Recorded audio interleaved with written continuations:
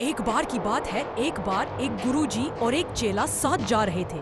हिमालय तपस्या कराने जाते जाते शाम होने लगा। गुरुजी और चेला जाते रहे, जंगल में पहुंच गए। जा रहे थे, जंगल के बीच बहुत सारी जमीन बंजर दिख रहा था, कोई गव घर नहीं। जाते रहे, जो देखे कि एक झोपड़ी उस बंजर जमीन के बीच में है।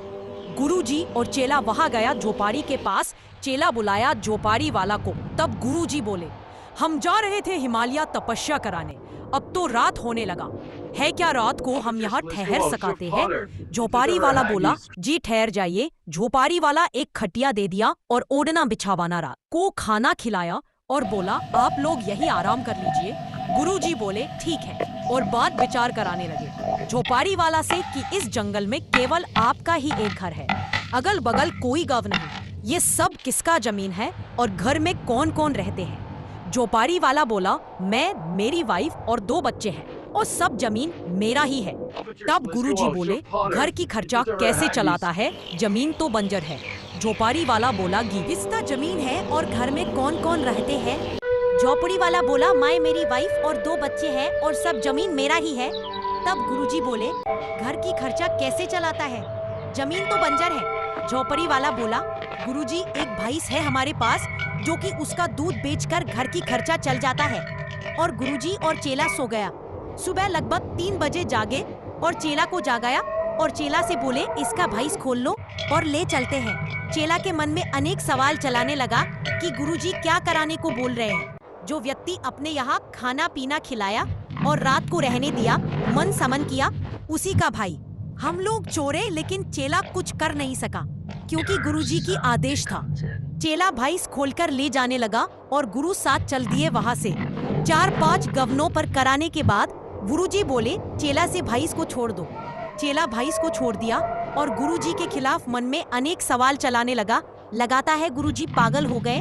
एक तो भैंस चोरी कराया उषा के घर से, जिसके यहाँ रात गुजारे, और अभी छोड़वा दिए। फिर भी कुछ नहीं बोला और हिमालय पर तपस्या कराने पहुंच गए। दोनों तपस्या किए और 20-25 साल बाद गुरुजी की निधन हो गया। गुरुजी की जगह पर चेला गुरु बन गया था। अब उषा के मन में वही विचार आया कि गुरुजी एक गरीब की भैंस खोलवा दिए थे, वे व्यक्ति कैसे होगा, चलकर एक बार देख लेते हैं। चेला आया उस जंगल में तो देखा कि कोई बंजर जमीन नहीं है। जो बंजर जमीन था उसमें अनेक प्रकार के फल फूल लगा है। और आगे गया तो देखा जहाँ झोपड़ी था वहाँ झोपड़ी नहीं दिख रहा है, बल्कि एक महान बंगला और वहीं पर एक राजा की तरह। आदमी और उषा का पता नहीं है। चेला पूछा कि यहाँ पर 20-25 साल पहले एक गरीब परिवार था, वे लोग नहीं है। कया उस आदमी से। वे आदमी बोला, वे व्यक्ति मैं ही हूँ, आप कौन है? गुरुजी। चेला बिला, हम वही व्यक्ति है जो कि आपा के घर पर एक गुरुजी और एक चेला साथ आया था और खाना पीना खाया था। तब वह व्यक्ति राजा बोला, आप लोग आए उसी दिन हमारा भैंस कोई चोरी कर ली और आप लोग बिना बताए चले गए। उस समय तो 5 दिन तो खाने पीने का बहुत दिक्कत हुआ, लेकिन जैसे तैसे धीरे धीरे वन से लकड़ियां पटकट कर बेचाने लगे और इस बंजार जमीन में जिताने बोने लगे। आज देखिए इसमें कितना फल फूल खिला है, आज इसी का बिजनेस कर रहे हैं, घर ऐसा बना लिए है।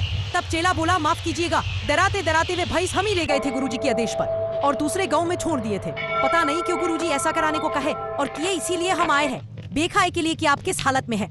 गुरुजी अब नहीं रहे इस दुनिया में। तब वह व्यक्ति राजा बोला, शायद गुरुजी जानते होंगे कि हम कितना आलस है, उसका निवारण कराने के लिए किए होंगे, तभी तो हम आज एक राजा की जिंदगी जी रहे हैं।